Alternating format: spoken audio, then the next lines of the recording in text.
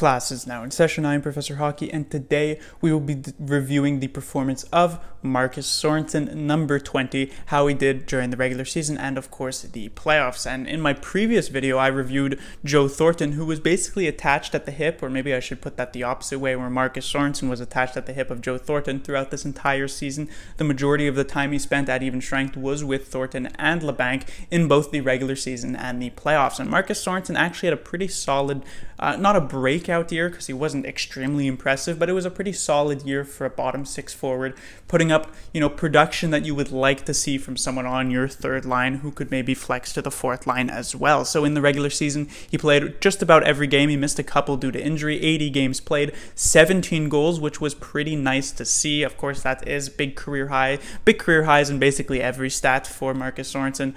13 assists to go with it with 30 points. A plus 10 shows that he was playing some pretty solid defensive hockey. He also got some shorthanded ice time, so that also shows that. So it's good that when you have a player in your bottom six that aren't necessarily full-on offensive, as some players might end up being, Sorensen can bring that defensive element, and he's pretty good in that regard.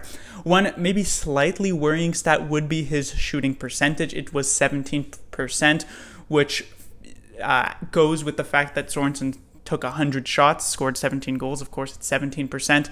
It's a bit worrying because for a third line forward, it's not like Marcus Sorensen has a fantastic shot, so this isn't like Stamkos where you're saying, oh yeah, that's a pretty fair 17%. For someone like Sorensen, you would expect that to maybe drop somewhat, and unless Sorensen takes more shots, which I would be surprised with, you would expect that this might be maybe a bit of a peak in terms of goal. Of course, that's not guaranteed or anything like that, but still 17% shooting percentage is rather high for a player like Marcus Sorensen. His time on ice was 12 minutes and 58 seconds. He got significantly more even strength time on ice this season than he has in the past couple of seasons with DeBoer. He was getting some decent shorthanded minutes with about 1 minute, although he didn't get any power play ice time, which isn't too much of a surprise considering the fact that the Sharks, of course, have a ton of depth. Marcus Sorensen was basically like second in line almost, even just to get on the second power play unit. And Marcus Sorensen's performance, as I said, was quite solid during the regular season, quite solid enough that Doug Wilson rewarded him with a contract extension, 2 years, $1.5 million per year, which for a player like Sorensen is incredibly fair, I would say. He seems to be a pretty solid mainstay in the bottom six for the Sharks. Now, in the playoffs, this is where Marcus Sorensen basically had the majority of his issues. He only played 18 games. That includes being healthy scratched at some point, which is not very good look when you're being healthy scratched for a player like Michael Haley or something like that. 0 goals, which of course is never good for any player. Even if you are like a bottom player on a fourth line, you would at least like to contribute 1 goal. 5 assists, not horrible. 5 points, also not too bad.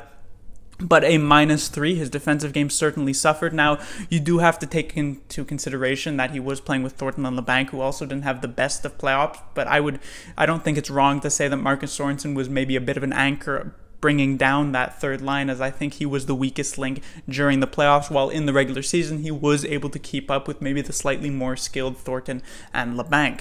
His shooting percentage, of course, in the playoffs was a flat 0% because he had 0 goals, and his time on ice remained basically the same with about 13 minutes and 5 seconds. This includes similar shorthanded ice time, actually increased power play ice time just because of some injuries here or there for the Sharks, and about similar-ish even strength ice time as well.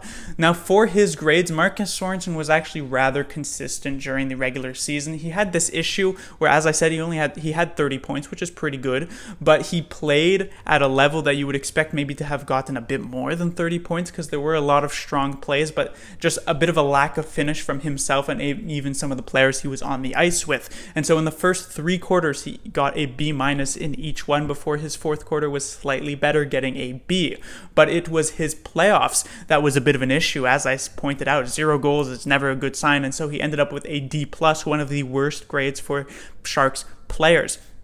And so all in all, while that average maybe doesn't make it to a C+, I can't find the way of giving him any higher than a C+, just because the playoffs were quite bad. The Sharks really had that advantage of being a depth type of team, and Marcus Sorensen was a big part of that third line to try and really activate that depth, but it just never really happened during the playoffs. There was only like a couple of games here or there, for instance, Game 1 against the Colorado Avalanche, where he was actually an effective player, and so he ends up with the final grade, as I said, of a C+. class dismissed.